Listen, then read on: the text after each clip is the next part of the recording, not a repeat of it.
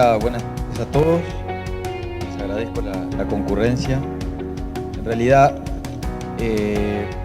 vamos a ir un poco más al terreno, digamos, de manejo y algunas otras cuestiones, pero centrándonos básicamente en la idea de que sí hemos manejado, que es tratar de promover la perennización en los tres tipos de establecimientos que ellos agrupan, que son los agrícolas ganaderos, los ganaderos y los lecheros, ¿verdad? Los agrícolas ganaderos, si uno mira, bueno, esta es la gráfica, ellos están aproximadamente con el 17% del área mejorada, de las cuales, en el 2017, perdón, que es el último año que tenemos el registro, de los cuales es un 70-30. Ustedes ven que el crecimiento que ha tenido, el aumento que ha tenido, los mejoramientos han sido básicamente en base a verdeos. Acá, digo, el número puede estar un poco, no ser puro porque hay mucho puente verde, pero en los puentes verdes también se produce carne, ¿verdad? Estos son sobre 2,5 millones de hectáreas en el país. Si vamos a los ganaderos, pasa una cosa similar. Aquí ya estamos pensando que en realidad este crecimiento se ha dado quizás, este aumento que ha habido ha sido áreas marginales que ha dejado la agricultura y bueno, y que se ha convertido en pasto para producir carne. Y bueno, y vemos lo mismo, que en realidad en el 2017 también tenemos 70-30 esta relación. Nada más que el porcentaje del total mejorado obviamente es en el entorno del 7 más o menos, porque acá hay campo natural, el resto debe ser casi todo campo natural, ¿verdad? Pero bueno, de vuelta, cuando hay un esfuerzo de mejora, vemos que la gente apunta nuevamente a las anuales, ¿verdad? Estos son sobre 12,5 millones de hectáreas, y después los predios lecheros, que son sobre 750.000 hectáreas más o menos. Acá el porcentaje mejorado es bastante más. Estamos en el entorno del 50 y algo por ciento. Y bueno, y vemos la misma situación, que en realidad los lecheros se basan mucho en especies anuales para producir pasto.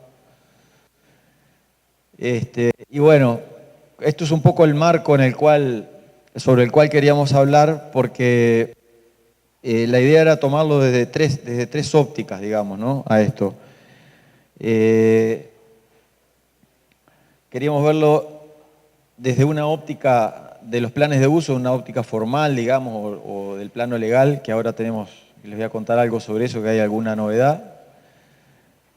Después desde la óptica de sistema, que apunta más bien a lo productivo o a lo ambiental, que hoy está bastante en la lupa. Y después una visión más de corto plazo, que es otro ángulo, que es ver cuánto de lo que uno invierte en eso es capaz de recuperar con un sistema u otro, ¿no?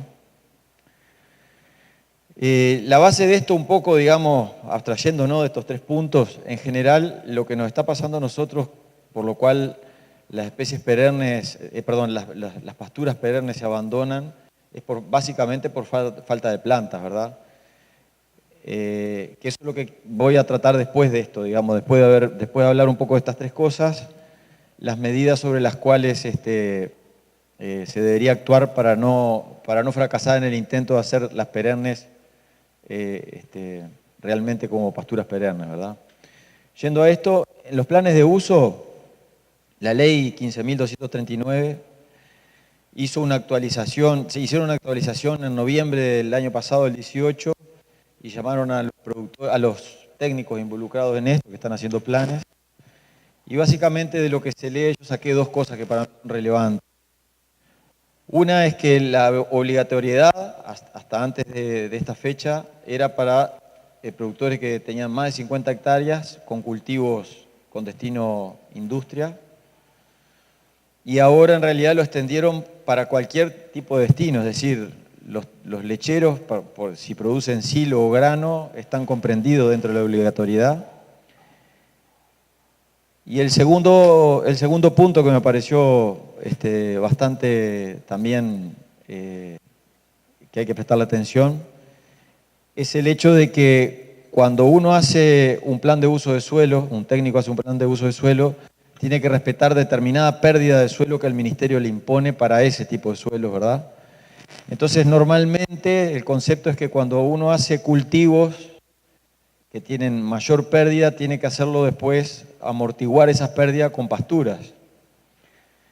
El caso de las anuales, entran prácticamente como cultivo las pérdidas, porque las pérdidas están muy vinculadas, entre otras cosas, a la textura, al tipo de suelo que están, por pendiente, largo de pendiente, pero también por cobertura, ¿verdad?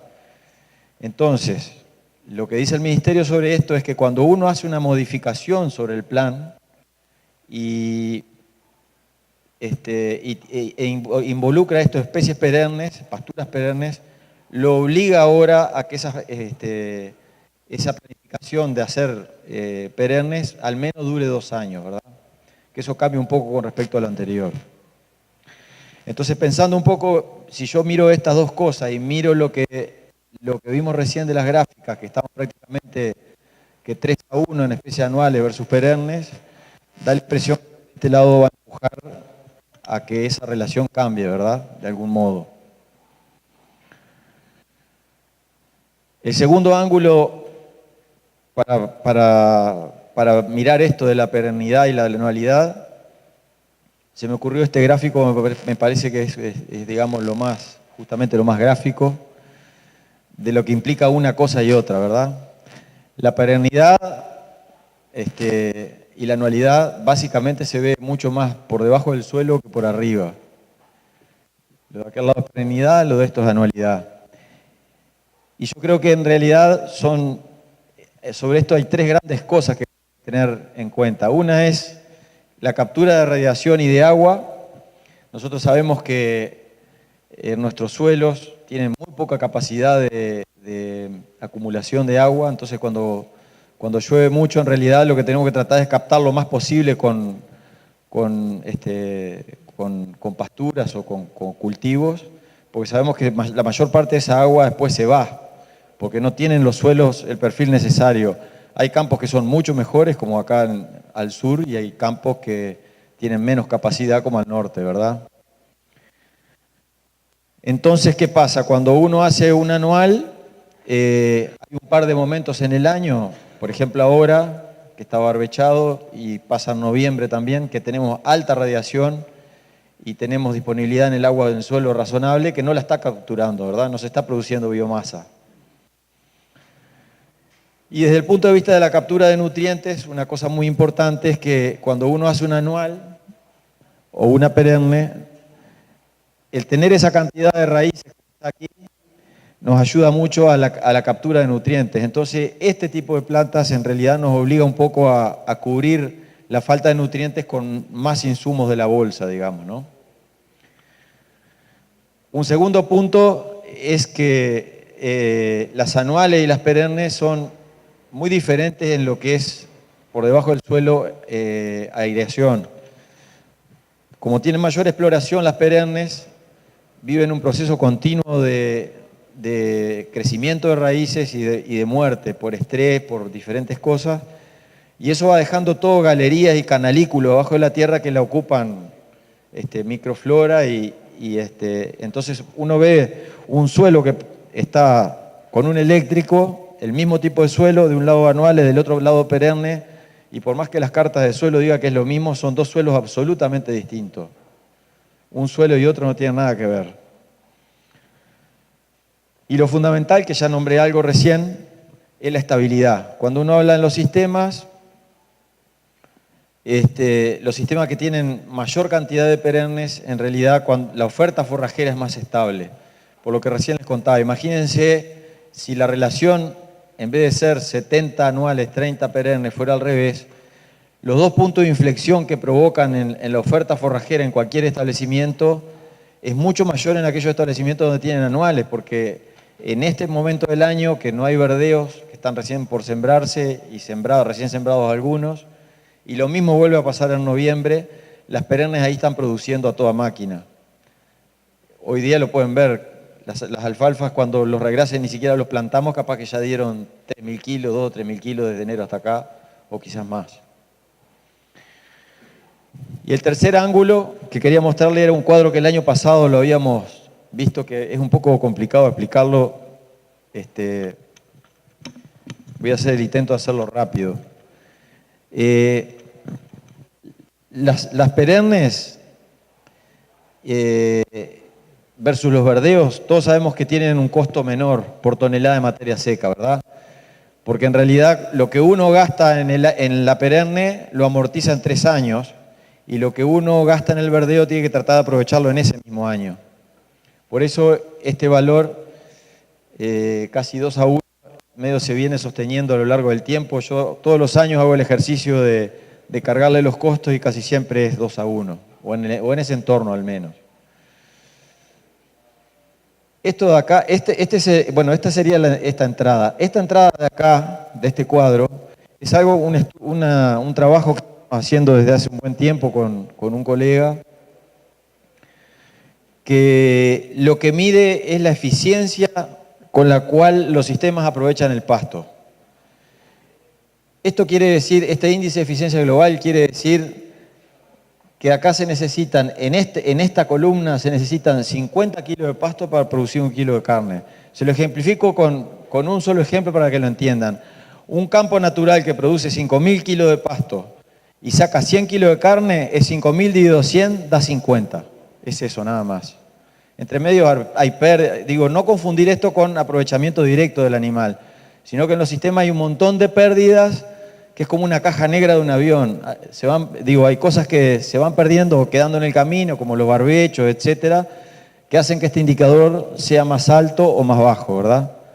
Nosotros hemos medido en los establecimientos más eficientes que estamos monitoreando en el entorno de 30 y hemos tenido algunos incluso de 100.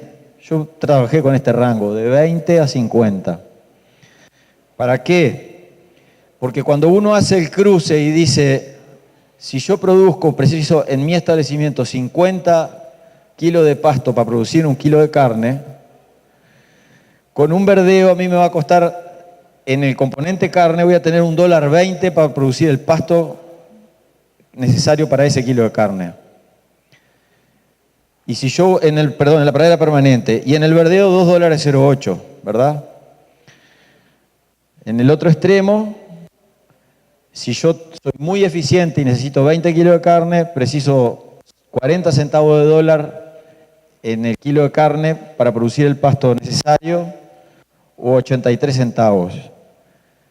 Con un precio implícito de $1.40, si uno mira en la columna acá, el verdeo acá, uno está produciendo pasto y no alcanza a cubrir lo que vende después la carne, y tiene que ser muy eficiente para quedar por debajo del precio 20 para nosotros es algo que por ahora parecería bastante difícil de lograr. Acá quedan 20 centavos de dólar el kilo, ¿verdad? Y si uno va en la columna de la pradera permanente, en la fila de la pradera permanente, uno ve que siempre queda por debajo el costo de la pastura queda por debajo de lo que vendemos la carne. Aquí nos queda, por ejemplo, un margen de 20 centavos de dólar por kilo para pagar el resto de los costos del establecimiento y bueno, aquí nos queda prácticamente $1. Esto es una cuestión conceptual porque la idea es que no hay ningún establecimiento que va a producir a puro verdeo o a pura perenne. Esto es simplemente para pensar en lo que vimos recién en las gráficas. Si yo sé que estoy 70-30 anual versus perenne y estoy posicionado en 40, por ejemplo, la idea es que en realidad sea 70 acá y 30 acá, porque el verdeo siempre lo vamos a precisar. Estratégicamente el verdeo tiene un valor que la perenne no nos los puede dar. Entonces siempre vamos a tener ryegrass, siempre vamos a tener avenas e incluso silo. Pero hay que utilizarlo de manera estratégica y no como base forrajera. Este es el mensaje que quiere dejar el cuadro, ¿verdad? Bueno, habiendo visto esto, justamente que nos convencería de repensar un poco los sistemas con mayor cantidad de perennes, yo tomé como, en realidad son 5 puntos, los 2 primeros es el mismo, como 5 puntos para intentar hacer perenne realmente la pastura. Como les decía hoy, nuestras pasturas no están siendo perennes de verdad, permanentes de verdad, porque nosotros nos encontramos con que van perdiendo plantas en el camino Y como en general las perennes no tienen buena capacidad de resiembra, esas plantas no se recomponen. Entonces estos son diferentes puntos que a mí me parecieron buenos nombrarlos porque son cosas que uno ve normalmente en los establecimientos y en los intercambios con los productores casi siempre surgen las mismas dudas. Me voy a centrar un poquito más en el tema del manejo, después lo otro lo pasamos medio rápido.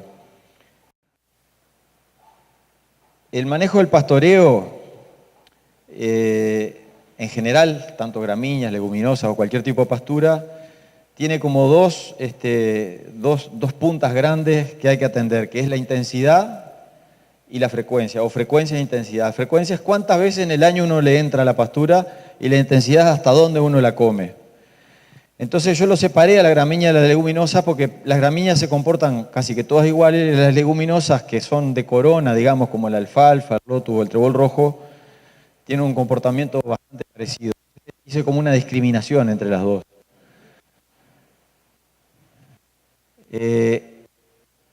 Para poder explicarles esto, yo quiero darle tres conceptos que me parecen que son el fundamento.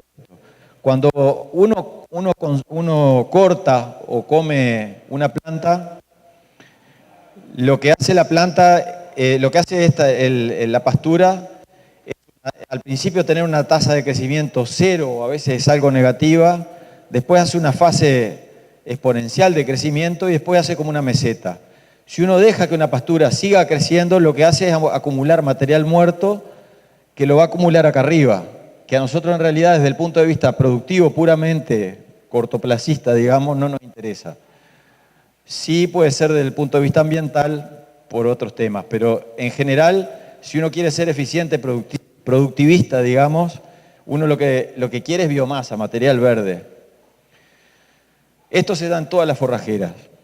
Y después hay dos conceptos que está bueno tenerlos claros para el pastoreo, que en realidad son como una base. Una es la vida media foliar. Les cuento que se sabe desde hace mucho tiempo ya, esto es viejo en realidad, de que las hojas tienen una vida foliar determinada por los grados de temperatura que recibe. Cuando ella acumula esa cantidad de temperatura, la hoja empieza a morir, ¿verdad? Ese es un concepto. Y el otro concepto es la temperatura base. La temperatura base es un parámetro por debajo del cual las pasturas no crecen y por encima sí. El caso del ryegrass, la temperatura base es cero. Esto es prácticamente igual que en el trébol blanco. Son las dos que en este momento recuerdo que con temperaturas de 0 grados, 2 grados siguen creciendo. En cambio, las gramíneas templadas, tipo la festuca o el dactilis, por debajo de 4 o 5 grados no crecen. Crecen por encima. De ahí lo que todos sabemos, cualquier persona que trabaja con pasturas sabe que los ryegrasses en invierno crecen más que las perennes, ¿verdad? Entonces, si nosotros combinamos estas dos cosas, yo le hago un ejemplo entre el ryegrass y la festuca, y lo que hace la planta es lo siguiente. El ryegrass, suponiendo que tengamos una temperatura media de 20 grados centígrados en otoño, lo que hace es cuenta 20 grados todos los días y al día 22 y medio esa hoja que había salido empieza a cenecer, porque juntó 450 grados. Cuando esa hoja empieza a morir, le empieza a pasar carbohidratos le pasa carbohidratos a la hoja que está saliendo nueva y lo que hace esa hoja es envejecerse y empezar a morir. Después yo les muestro alguna foto. La festuca, como la temperatura base es 4 o 5 grados, tomemos, lo que hace es cuenta los 20 grados que hablamos recién, le resta 5 y acumula 15 todos los días. Entonces cuando llega a 500 grados, esa hoja empieza a cenecer. Estos es los tres conceptos que quería mostrarles para entender un poco entre todos cómo funcionan las gramíneas, ¿verdad? Y bueno, en definitiva las leguminosas también, pero aquí es determinante. Con respecto a esto, les cuento que, por ejemplo, las braquiarias o estas megatérmicas que hay, las temperaturas base son mucho más altas, son en el entorno de 12 y son capaces de juntar más hoja. Ahora vamos a ver eso. En el sentido práctico, cuando uno va a un pastoreo y dice con qué frecuencia tiene que entrar, es muy importante esto.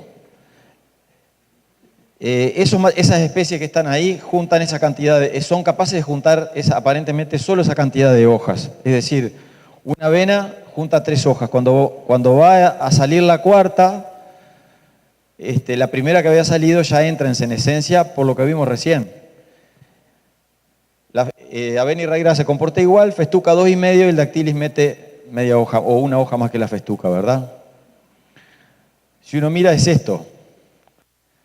Esta hoja que está saliendo, esta es la segunda, esta es la tercera que está ceneciendo, acá de lejos no se ve, pero ya empezó a secarse, esta ya está fisurada y acá, bueno, ya para abajo hay material muerto, ¿verdad?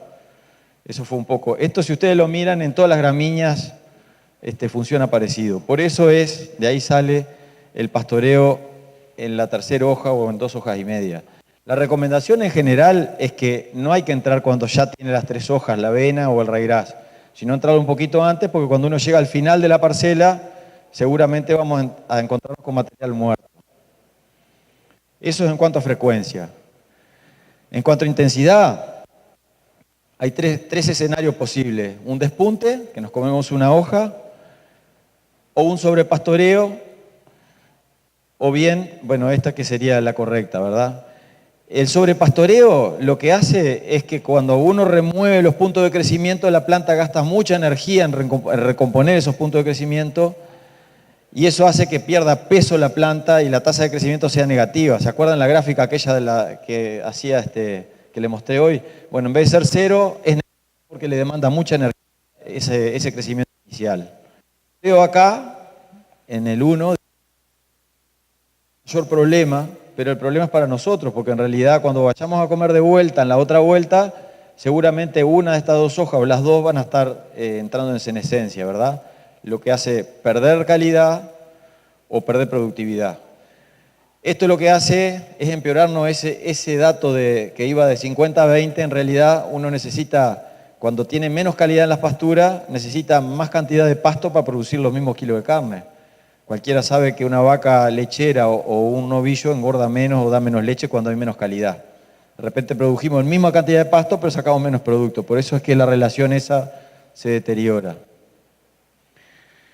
Por tanto, yo les traje acá una foto de una festuca, la cual considero que está en la altura correcta de manejo y es mantenerla en este entorno. Cuesta mucho en invierno a veces productores, algunos productores, hacerles entender que no la manejen igual que un raigras, que dejen levantar los perfiles por la festuca. Cuando uno la deja que empieza a levantar, levanta la vaina y lo que el animal come es mayor proporción de vaina frente a hoja. Cuando uno la trabaja baja, produce mucho más cantidad de hoja frente a vaina y eso hace que tenga más calidad, ¿verdad? Este es otro caso. Bien, hay 2 excepciones a la regla de las 3 hojas, o 2,5 hojas en el caso de la festuca. Uno es en primavera. La idea es que hay un momento a fines de invierno que no habría que respetar las 3 hojas y en realidad habría que darle más abajo con la intención de bajarle los tallos reproductivos. Entonces lo que uno hace al comerle los tallos reproductivos es que la festuca se extiende más en la primavera sin diferenciarse, teniendo más pasto, ¿verdad? Más pasto, me refiero sin vástagos florales. Y en el segundo momento del año donde no habría que respetarlo es cuando inicia el verano. Especialmente al norte tenemos el problema de que ya sabemos que las festucas se pierden por altas temperaturas y no por falta de agua. Entonces la manera de amortiguar esa que tenemos es dejar que crezcan las pasturas, sombreen los macollos, así podemos bajar un poco la temperatura y pasar al otro año. Esto es fundamental para lograr perennidad en el caso de las gramíneas, ¿verdad? Si uno tomara el ejemplo de los semilleros, uno ve que los semilleros a veces duran 8 o 9 años y es por esto. Cuando uno se va a las leguminosas, de vuelta hablamos de frecuencia y de intensidad, de vuelta la misma gráfica, pero la lógica acá cambia desde el lado de las reservas. Nosotros en la gramínea no tenemos reserva bajo tierra, y acá sí. Acá pasa lo mismo, nosotros cortamos acá y la pastura tiene que movilizar reservas hacia arriba para lograr que la planta rebrote y empiece a formar aparato foliar. Este es el momento donde la alfalfa, esto está hecho para alfalfa, ¿verdad? Porque no me iba a poner a hacer para todo, pero en el momento que la alfalfa, digamos, está en su mínimo de reserva, acá corresponde más o menos cuando está con 20 centímetros de altura, que es variable de acuerdo a las condiciones, obviamente, nutricionales y de agua, pero se podría tomar el 20 centímetros como un dato, un parámetro. Y cuando la planta empieza a producir más cantidad de carbohidratos que los que consume, empieza a mandar hacia abajo de vuelta y a recomponer reserva, ¿verdad? Y acá es el punto de máxima reserva, que es donde nosotros deberíamos comer y arrancar otro ciclo de vuelta, que es lo que vemos acá. Este punto que está acá corresponde más o menos a los 8 o 9 nudos. Cualquiera que hace fardos sabe que eso es el 10% floración, pero hay momentos en el año que la alfalfa no está florecida y la manera de saber cuándo está debajo de la tierra nuevamente con mayor reserva es contarle los nudos, que sería esto, entre 8 y 9, ¿verdad? Esa es la altura más o menos que saqué una foto porque en realidad conté 8 o 9 nudos ahí, les quería traer una foto para que vieran la altura en el caso de una alfalfa. Hay un trabajo de Estanzuela que está en un boletín de divulgación, que es que ellos hicieron dos tipos de manejo. Uno que le llamaron racional, que respetaron la reserva, y otro que es frecuente, donde no la respetaron. Y bueno, esto fue lo que pasó a lo largo de todas las estaciones. Siempre cuando fue el racional produjo más, pero al final de esto, el que fue racional, que fueron 6 pastoreos, 6 cortes, produjo casi 14 toneladas, y en el frecuente produjo 8 toneladas y algo. Me acuerdo del número, 37% más rindió en el caso del racional. Y seguramente si uno sigue pastoreando así estas alfalfas, va a lograr perder plantas, por lo que le mostraba hoy. Cuando la alfalfa está en su mínimo de reserva, que tiene 20 centímetros, a veces uno se tienta a entrarle porque la ve alta, y bueno, lo que hace es terminar agotándola y tener pérdida de plantas. En el caso de la intensidad, como término general, uno podría pensar que a la alfalfa le gusta que la bajen. Si la bajamos demasiado, tiene que sacar todo de la corona. Entonces, de vuelta, es un esfuerzo muy grande para la planta remover toda la reserva para lograr los rebrotes. Por eso es que hay que dejarle un par de nudos con algo de hoja para que rebrote. Bien, yo acá simplemente quería... perdón, me quedó una cosa más. En el manejo del otoño en la alfalfa, de vuelta aquí hay como una excepción a la regla, y es que hay que dejar que junte reservas, que es lo que sabemos, que la alfalfa pasa todo el invierno consumiendo la reserva que juntó hasta ahí. Con respecto a esto, yo quiero que vayan visualizando en realidad la diferencia que hay de manejo entre una y otra, ¿no? Las que vimos recién, comerla en 3 hojas, y esta comerla alta. Porque ya para ir pensando un poco en lo que pasa cuando uno hace mezclas, ¿verdad? Cuando uno hace mezclas, este tema del manejo, siempre uno se pregunta por qué cuando llegamos al segundo año nunca hay lo que pusimos al primero. Bueno, aquí hay una punta para poder pensarla y quizás generar alguna discusión después al final. Con respecto a las fechas de siembra, yo lo que hice acá fue esa pastura, para llegar desde siembra hasta algo así, necesitamos en otoño, teniendo agua y nutrientes adecuados, unos 650 grados centígrados acumulados.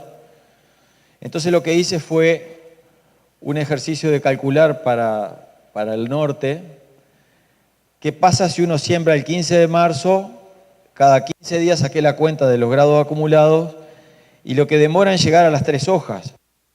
Esto impacta más que fuertemente. Esta es la implicancia que tiene en la perenización de las pasturas, es que en realidad una festuca, por ejemplo, sembrada en esta altura, seguramente salga del invierno muy pobre de raíces, y cuando llega la primavera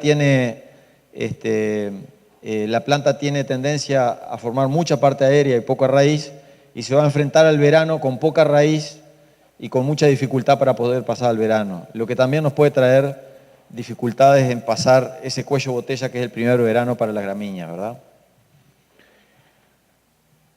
En cuanto a Esta gráfica yo la he mostrado varias veces y ahora la voy a usar con otro sentido, pero lo que hice acá fue sacar digamos, bueno, estas son las curvas de crecimiento de los demostrativos, pero indica lo que todos sabemos, ¿verdad? Temprano tenemos la avena que da pasto, luego tenemos los ryegrass y las festucas son un poquito más tarde.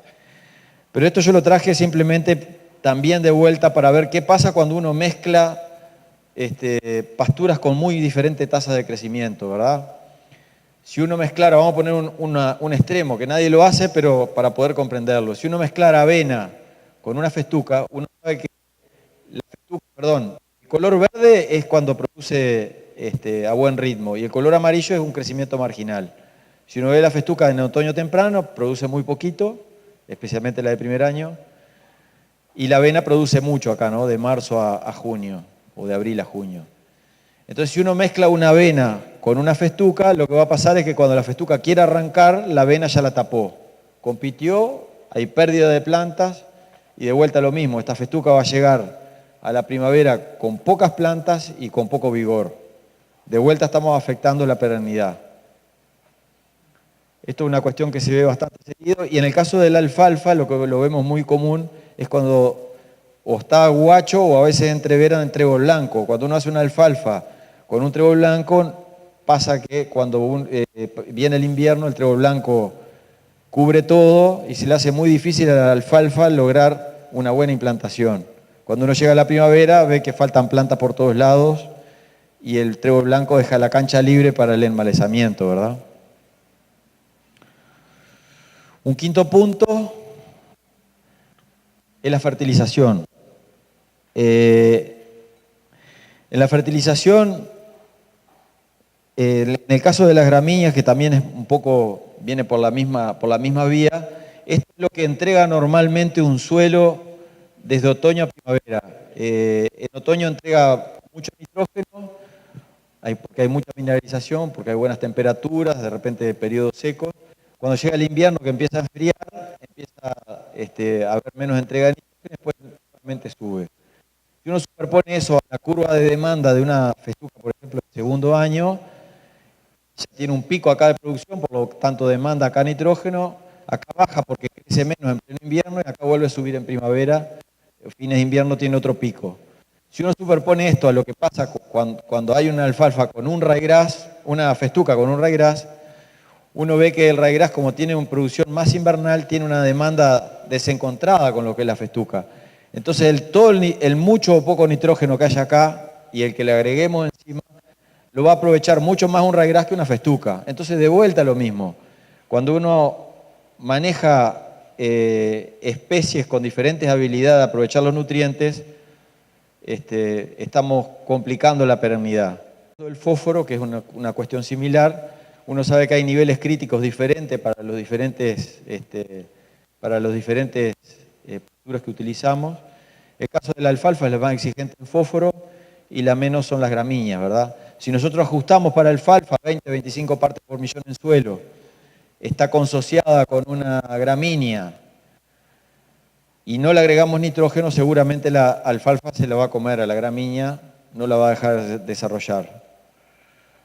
Por lo contrario, si tenemos un suelo con muy poco fósforo y sembramos nuevamente una alfalfa con una gramínea y le empezamos a tirar nitrógeno, seguramente que la gramínea se va a comer la cancha y nos vamos a quedar sin planta de alfalfa.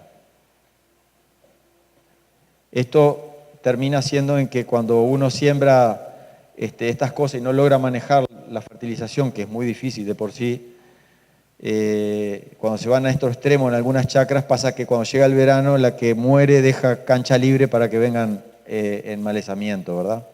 Y eso hace que terminen antes la perennidad que nosotros tanto esperamos se liquide antes. Y por último, en el caso del control de malezas también, haciendo medio un paralelismo entre lo que serían las mezclas y las especies puras, acá yo lo que hice fue agrupar los diferentes tipos de maleza de acuerdo a los herbicidas que tenemos disponibles, digamos, una agrupación arbitraria. Pero esto en realidad hay que leerlo hacia allá. Cuando está de color verde, implica que estas malezas, con esta línea, este color verde quiere decir que hay buen control, ¿verdad? Todas estas malezas con gramíneas puras, con leguminosas puras o con mezcla, son fáciles de controlar con buenos controles. Si uno se va, por ejemplo, acá que hay carnicera y biznaga, en una gramínea es muy fácil de controlar, pero en leguminosa es relativamente fácil. Y en el caso de mezcla tenemos el mismo problema, porque hay herbicidas que no se pueden utilizar estando las dos presentes. Si uno lo lee así en la horizontal, uno sabe que cuando hay chacras con problemas de manejo, si uno usa una de las dos puras, tiene todo este espectro posible de cumplir, porque acá cumplimos con todas las leguminosas y acá cumplimos con las gramíneas. Pero esto es fácil de controlar y todo el resto se complica. Esto es lo que les quería mostrar sobre malezas. Por tanto, en las tres cosas que nosotros podemos manejar o mezclas complejas, o mezclas simples, o pasturas puras.